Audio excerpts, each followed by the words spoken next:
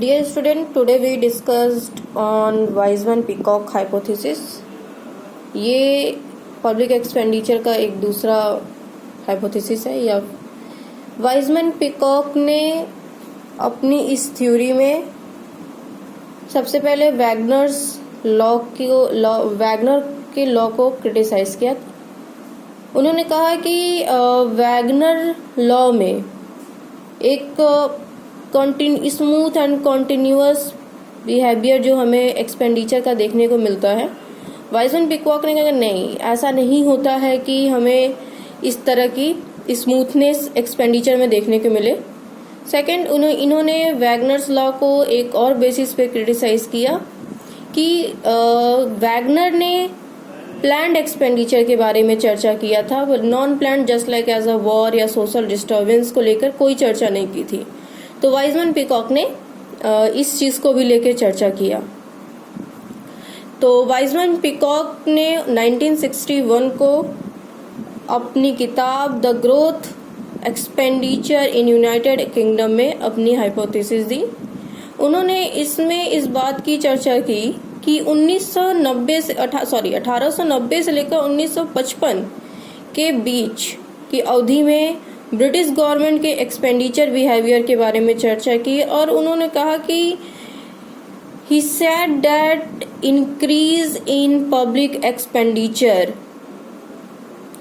does not follow the smooth and continuous trend, but an increase in public expenditure occur in step-like manner just like as a jerk।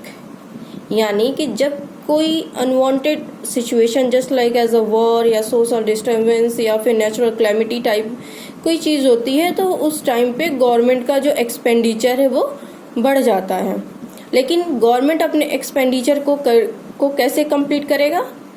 Revenue लेके। Revenue के जो sources होते हैं उनमें जो सबसे most part है वो है आपका टैक्सेशन। तो जब गवर्नमेंट टैक्स लगाती है तो लोगों को कुछ असहूलियत महसूस होती है।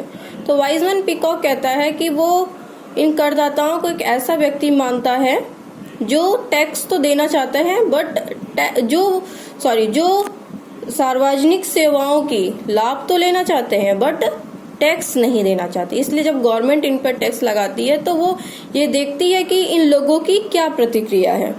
यानी ये जो प्रतिक्रियाएं हैं ये इनका टोलरेबल लेवल ऑफ टैक्सेशन है, जिसकी चर्चा वाइजमैन एंड पिकॉक ने की। हम इसे ग्राफ के सहायता से भी देख सकते हैं। वाइजमैन-पिकॉक ने कहा कि ने वॉर के सिचुएशन को लिया। उन्होंने कहा कि पीस से पहले मतलब वाई एक्सिस पे पब्लिक एक्सपेंडिचर है और एक्स एक्सिस पे टाइम है। उन्होंने कहा कि पीस से पहले यानी किसी तरह की कोई भी अनवांटेड सिचुएशन नहीं है, कोई सोशल डिस्टर्बेंस नहीं है, कोई वॉर नहीं है, तो हमारा जो एक्सपेंडिचर है वो बिल्कुल स्मूथ है। लेकिन जैसे ही वॉर का आता है टाइम, यानी अगर मान लीजिए किसी देश में युद्ध की स्थिति आ जाती है तो गवर्नमेंट को युद्ध लड़ने के लिए उस पर एक्सपेंडिचर करना होगा। एक्सपेंडिचर करने के लिए क्या होगा? उसे रेवेन्यू की आवश्यकता होगी। तो वाइजमैन-पिकॉक कहते हैं कि जैसे ही वॉर की सिचुएशन आती है तो पब्लिक एक्सपेंडिचर आपका ए से बी हो जाता है। ये जो ए से बी का ट्रेंड है ये फिर बी से सी तक कंटिन्यूअस चलता है जब तक कि वॉर खत्म नहीं होता। यानी कि गवर्नमेंट लगातार वॉर के पीरियड में अपना एक्सपेंडिचर बढ़ाती जाती है।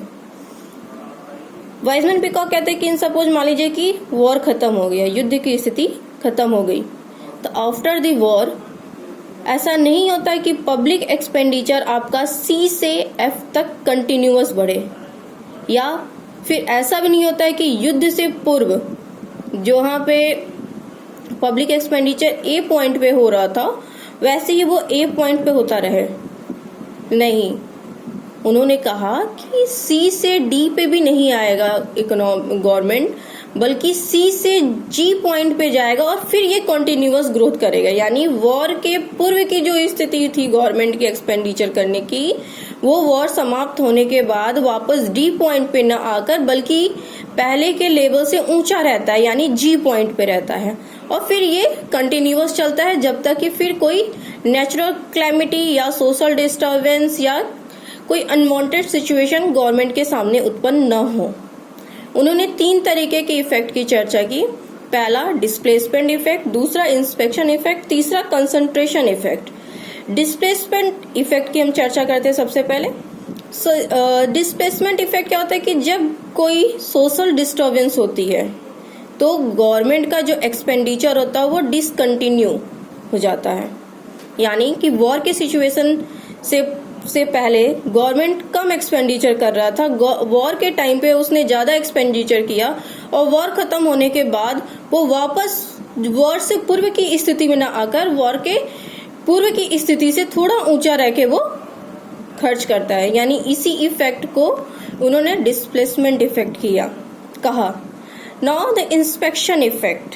इंस्पेक्शन इफेक्ट हम उसे कहते हैं कि जब आपका सोशल डिस्टर्बेंस या फिर नेचुरल कैलेमिटी कुछ आता है तो बहुत सारे ऐसे एरियाज, ऐसे फैक्टर्स होते हैं जो कि गवर्नमेंट की नजर में नहीं होते हैं कि हमको उस एरिया पे या उस चीज पे भी हमें काम करना चाहिए। यानी जब सोशल डिस्टर्बेंस होता है या प्रेजेंट टाइम में अगर हम कोरोना वायरस की बात करें तो गवर्नमेंट पहले कभी भी हेल्थ पर जीडीपी का 3% खर्च करने के कई बार रिकमेंडेशंस आए, लेकिन गवर्नमेंट ने कभी इतना खर्च नहीं किया। लेकिन टुडे हम देख रहे हैं कि गवर्नमेंट अभी प्रेजेंट टाइम में सबसे ज्यादा खर्चा हेल्थ पे कर रहा है। यानी कि हेल्थ को जो वो नेग्लेक्ट मान के चल रहा था, उस पे जो थोड़ा खर्चा कर रहा था, प्रेजेंट टाइम में उसको ये रियलाइज हो रहा है कि नहीं, हमें हेल्थ पर बहुत ज्यादा खर्चा करने की आवश्यकता है। यानी हो सकता है कि शायद इस कोविड-19 खत्म होने के बाद गवर्नमेंट का जो एक्सपेंडिचर जो हेल्थ पे हो रहा था वो थोड़ा बढ़ जाए। तो यानी कि focus on the neglect areas of economy.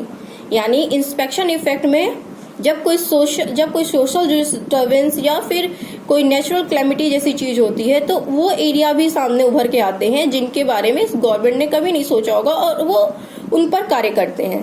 Now the concentration effect. Concentration effect directly public expenditure या टैक्सेस से रिलेटेड नहीं है, बल्कि ये पॉलिटिकल सेटअप से रिलेटेड है। यानी कि जब इकोनॉमिक ग्रोथ होती है तो सेंट्रल गवर्नमेंट की जो एक्टिविटी होती है वो ज्यादा फास्टर देन अदर्स गवर्नमेंट। हम सब जानते हैं कि भारत की जो सरकारें हैं वो 3 टायर है, central government, state government and local government. लेकिन जो मेजर पॉलिसी बनाने का काम है वो सेंट्रल गवर्नमेंट का होता है, फिर उसी पॉलिसी को स्टेट गवर्नमेंट और लोकल गवर्नमेंट पे लागू किया जाता है। यानी हमारा जो कंसंट्रेट होता है वो एक सेंट्रल गवर्नमेंट पर आके टिक जाता है। यानी उसकी एक्टिविटी बहुत ही इंपॉर्टेंस होती है for the economic development. Now we concluded कि हम ये कह सकते हैं कि वाइजमैन पीकॉक ने ये कहा कि भाई जो हमारी पब्लिक एक्सपेंडिचर का जो ग्रोथ होता है वो स्मूथ और कंटिन्यूअस ना होकर एक जर्की होती है। इन्होंने हर उस चीज की तरफ फोकस किया जिसके लिए वैगनर ने ध्यान नहीं दिया था। इन्होंने जैसे वैगनर ने सिर्फ और सिर्फ पब्लिक एक्सपेंडिचर पे कंसंट्रेट किया था, जबकि इन्होंने टैक्सेशन और पब्लिक एक्सपेंडिचर दोनों पर ध्यान दिया है। इन्होंने कहा कि जब कोई सोशल डिस्टर्बेंस होता है तो हमें जो सरकारें पूर्व में पब्लिक एक्सपेंडिचर कम खर्च करती थी या टैक्स रेट कम होती थी, वो सोशल डिस्टर्बेंस के बाद पब्लिक एक्सपेंडिचर और टैक्स की न्यू रेट्स या न्यू लेवल पे वो चली जाती है। यानी वो दोनों के दोनों बढ़ जाती हैं। इसी के साथ ये थ्योरी खत्म होती है। Thank you.